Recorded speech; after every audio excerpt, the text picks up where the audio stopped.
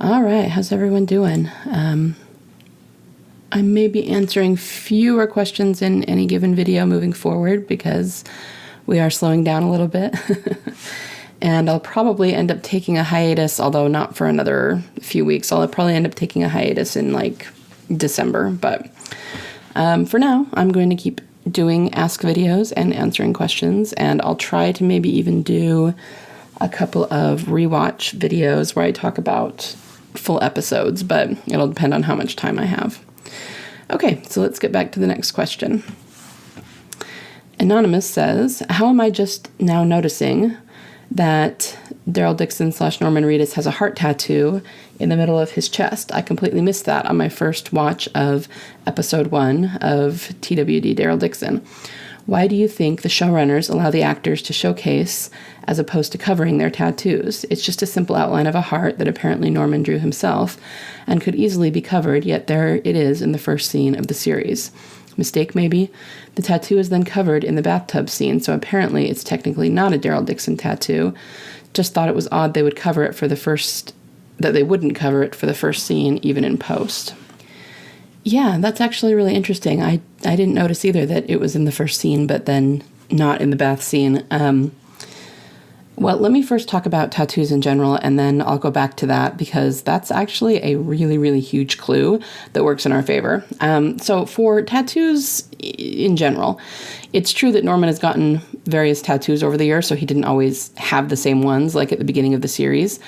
They generally don't make him cover them, and I don't know, I think it might be an authenticity thing. I get that, during the apocalypse, Daryl wouldn't actually be able to get tattoos, or at least, I don't know, maybe there would be somebody doing tattoos during the apocalypse, but we would have to see it, and it would not be like from a working tattoo parlor or anything. But I think they just want to put Norman in there as Daryl, and so they're just kind of saying, this is who he is, and this is what he has now, and so you're just meant to assume that Daryl always had those, I don't think that they see it as a big deal if his tattoos show or don't show. However, I also do think that there are times that they use them purposefully. So the biggest one when it comes to this is the rabbit tattoo that Norman has on his arm. We don't know exactly why he got it, and I will tell you right now that if you put that out there, you're going to get a million responses, and every single person thinks they know exactly why he got that tattoo, and everybody says something different. So I don't think we really, really know. People will say, oh no, he got it for his son. Oh no, he got it for his daughter. Oh no, it's for Diane. We know this for sure, but everybody knows something different. So it doesn't really matter. The reason Norman got it is personal, and that's up to him. But they do use it in the show. Now, rabbits or bunnies are symbols that have been used on the show before. We especially saw them in season 4. And I don't know that they represent Beth herself. They might. But they represent kind of a lot of the symbolism around the series symbolism. I actually think they represent someone who refuses to change and get stronger and therefore dies because of it. The reason that I think that is because in season 4, we see Lizzie killing rabbits, like literally butchering them with a knife, and it's very subtle. It kind of happens a little bit off screen, and I think they were trying not to be too graphic about it back then, but that does happen. And then, which is a foreshadow. So she kills these rabbits with a knife, and they're just in this log, when she's sitting there with Tyrese and Mika and baby Judith. And we just kind of see them afterward. But Lizzie killing rabbits with a knife is a foreshadow of her stabbing Mika. And Mika refused to become stronger and learn to survive on her own. She refused to kill the deer. She refused to do anything like that. And then she died at Lizzie's hands. So it's all a foreshadow. And then after that, we see Beth and Daryl walk right past that log, and the dead rabbits are in the same frame as they are. So I think it's symbolism that applies to them and specifically to Beth. So, anyway, the point is that we've seen rabbits around them, and I think they kind of represent somebody that's innocent and ends up being a sacrifice, maybe. It's just all part of the same symbolism we saw around Beth in season 4 before Grady happened. So Norman has this rabbit tattoo, and I'm not saying that the reason he got it in real life has anything to do with the show. I think he had his own personal reasons for getting it, but now he has it. And I feel like sometimes the writers will make use of that in the show. The main time that we saw this was, I mean, there's been several times that we've seen it, and we felt like it was being kind of showcased front and center in the shot. But the main time that we saw this was at the beginning of season 10. We had a scene where they were trying to go into a military institution and get a whole bunch of guns, and they lowered all of the women down, and the writer said it was because they, were lighter weight than the men were, so they lowered them down to get all the guns. And you had a bunch of sleeper walkers that end up waking up, and so they had to pull everybody up and all that. But at the beginning, they were trying to be quiet and not wake the walkers up. And at one point, Daryl gets a cut on his arm, and you can just see the rabbit tattoo really, really well. And then the blood drips down over the rabbit's head. And specifically, it kind of goes over the rabbit's forehead. So we always saw that as sort of a symbolic representation of Beth getting shot. If the rabbit is Beth, and then the blood drips right down over the rabbit's head or its forehead, right where she was shot. And the reason that was important back then, I mean, obviously she didn't return in season 10, although we did see all of the Leah stuff in the extended episodes of season 10. The military institution, I mean, I think it was all a foreshadow. I think it represented the CRM. And so them having that there represented Beth, showing up in the CRM or in conjunction with the CRM. And if you go back and watch that, there's some interesting stuff with Carol that could be part of the CRM. And, anyway, it goes on and on. So my point is, I think that, the writers have probably asked Norman if it's okay if they use his tattoos, since they're there anyway, sometimes to, further the symbolism, and Norman's totally fine with that. So I think when we see them and when we don't is really important. It's important that you point this out, because they, like you said, they can remove something with the computer in post. And if they choose not to, then there's probably a specific reason they're leaving it there. If they actually choose to remove it, it's because they don't want it in that scene because of what it might represent. Okay, so the point is, the tattoos, even though they are real and he does really have them, I still think that they're being used as part of the symbolism, and they're being either put in or left out purposefully. So what does that mean for the heart tattoo that you pointed out? Having it there in the first scene, I think, is just part of them representing that this spinoff is going to lead to his soulmate. They're showing the tattoo on his chest, and it's kind of in the center of his chest rather than to the left and over his heart. But even so, I mean, it's a heart that's on his chest. There's not going to be a better symbol of romantic love than that, or of him finding his soulmate, right? And in that first scene, we also hear Judith saying the thing about how he deserves a happy ending too. So I think it's showing all of that, just that he is on this new adventure, this new arc that's going to lead to him finding his soulmate.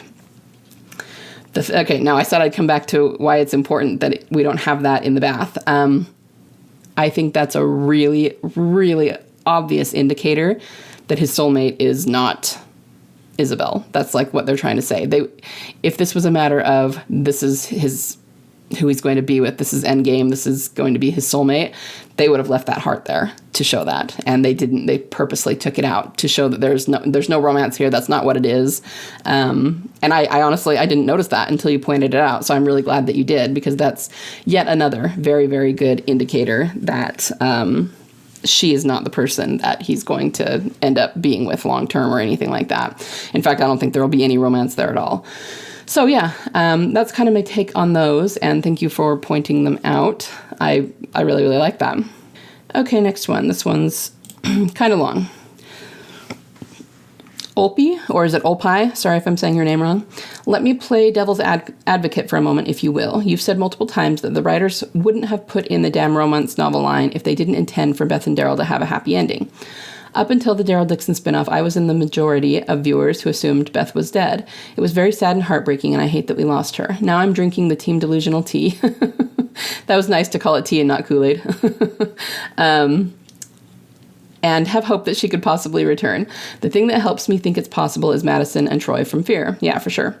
These people were assumed dead and now surprised they are back. But there is always a possibility that we are wrong, and as we are all just speculating and trying to read the hints the writers leave us, which brings me to my devil's advocate question. Could it be that the powers that be put the romance novel line in with the intention of making their potential love story a tragedy? Bethyl's story has been one of hope and faith and tragedy so far. They grew together and developed a deep connection. Then she died tragically at Grady. If that was their intention, storyline fulfilled. It makes me think of Romeo and Juliet. But instead of both of them dying, her life and death opened him up to the possibility of hope, love, and faith. Daryl said the line, so maybe the writers intended for him to have a happy ending, but they didn't intend for Bethyl to be endgame. Is it a possibility that they were always doomed? Not trying to be negative Nelly, just trying to think of this from all sides. I want Beth to return, but if she doesn't, could this be why? So, of course, I always try to preface everything with, of course it's possible, and we don't know for sure, and we can't prove everything.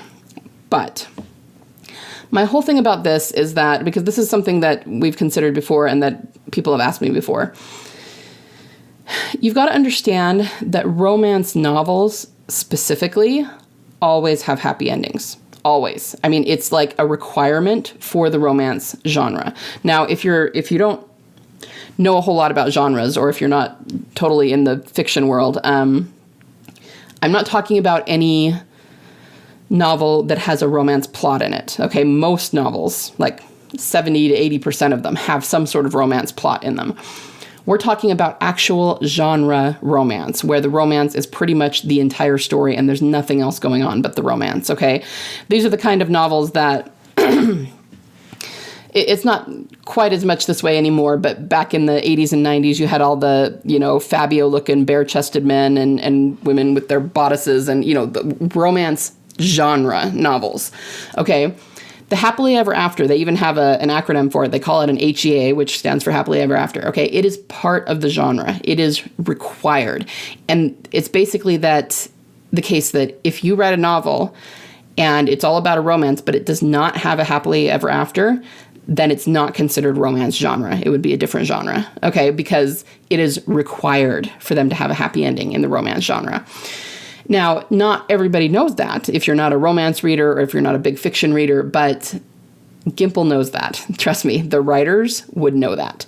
And they are very, very specific in how they go about putting in symbolism and especially dialogue.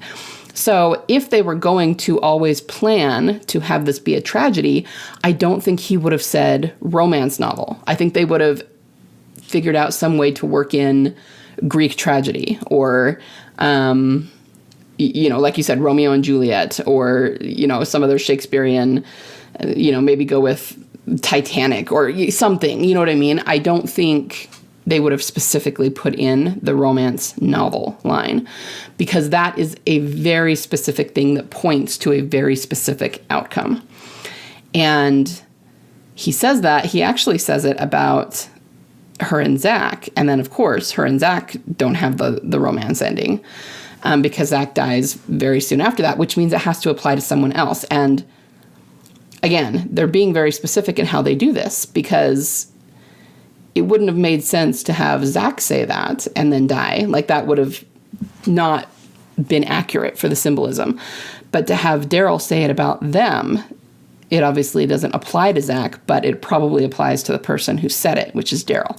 But he said it about Beth. So, you know what I mean? They're just being very, very specific about the way that they do this. So it's not that what you've laid out here isn't possible, but I just don't think that that's the case because of the way that they put this together. And if they wanted it to be a different ending than a happily ever after, they just wouldn't have used romance novel as what Daryl said, I actually think it would have made sense for him to say something like Greek tragedy or romance tragedy or something, because Beth and Zach were talking about not saying goodbye. You know what I mean? Like, it was kind of sad, and she was kind of laughing it off. But even so, it wouldn't have been incorrect for him to say something else like that, given what the subject matter was, even if they were being kind of lighthearted about it. So anyway, it is a good point, and it is good to consider things from all sides. And so I'm glad that you are. But overall, I still maintain that the damn romance novel line specifically shows that there will be a happy ending. The other thing to keep in mind, and this doesn't specifically show Beth, I suppose, but there was, and I have posted about this, there was an interview that Gimple gave to Larry King right before season 5 started. And Larry King asked him, I mean, that would have been between season 4 and 5, right before 5 started, was like The Walking Dead at its peak, when there were tons of people watching it. It was like the highest ratings. And going into season 5, they really did have the highest ratings they'd ever had. And make no mistake, it was because people wanted to know if Daryl was going to find Beth. And at one point, Larry King asked Gimple, okay, well, whatever happens, one way or the other, will Daryl find love in the apocalypse? And Gimple said yes. I mean, unequivocally, no misdirection, looked him straight in the eye and said, yes, he will. So it just shows that at that point, it was already planned. Now, like I said, that was before Coda. And so we can't say for sure that he was thinking about Beth when he said that. But I have a really hard time believing that they would, first of all, allow that question to be asked and then answer it so firmly before Grady, and I don't know, not be talking about her, because even though they knew that was going to happen, obviously they knew that, she was going to get shot, and that was part of season 5. It shows that they already had planned, I think, at that point, who Daryl was going to be with. And I don't know, like I said, it doesn't prove it, but I just can't see it being anything other than Beth. And in a way, it kind of goes hand in hand with, there was another ask a while ago about, who was it? Nicotero saying that we would like the Ark, and then the Ark was not good because she got shot. But I think it's kind of part of that. They're giving us hints that whatever's happening now is probably not endgame, and there will be more to come. And eventually, in the apocalypse, Daryl will find love. He didn't say in season 5 he was going to find it and find his happily ever after, right? But most people would interpret that as, like you've said, that they had planned for her to die and she wasn't endgame. But again, if that were the case, they're very choosy about the questions that they allow to be asked and what they answer. And I feel like that was purposely put in almost as, to get people to watch and everything, but also as a hint for what might come after. Anyway, I'm kind of rambling now and I'm not explaining it very well, but just keep in mind that I think that they've had this plan from the beginning. If Beth was not going to be endgame, not only would they not have used the damn romance novel line, but they wouldn't have used it in conjunction with her. Let's put it this way. If Carol was endgame, for example, they would have had her have a boyfriend and have Daryl use the romance line in conjunction with her and her boyfriend. Notice how he's never said that about her and Ezekiel, right? Because that's not endgame for him. Like I said, that the writers are very intentional about who they apply the symbolism to, who is even in the scene or in the shot when they're talking about it. All of that is taken into account. All of that is important. So again, while you make a good point, and it's really good to look at everything objectively and from every angle, I still maintain that romance novel line applied to him and Beth, and I just don't think that there's anything else that it could have meant. So anyway, yes, hopefully that helps, and thank you for the question. All right, I'm going to call it there for today, but this is going up Saturday, which means I probably will not have a video tomorrow morning because there will be a new episode of Fear, and I'll be putting my Fear analysis up in the evening right after the episode is over. So here's hoping we get a good episode of Fear with lots of symbolism in it. Have a good weekend, guys.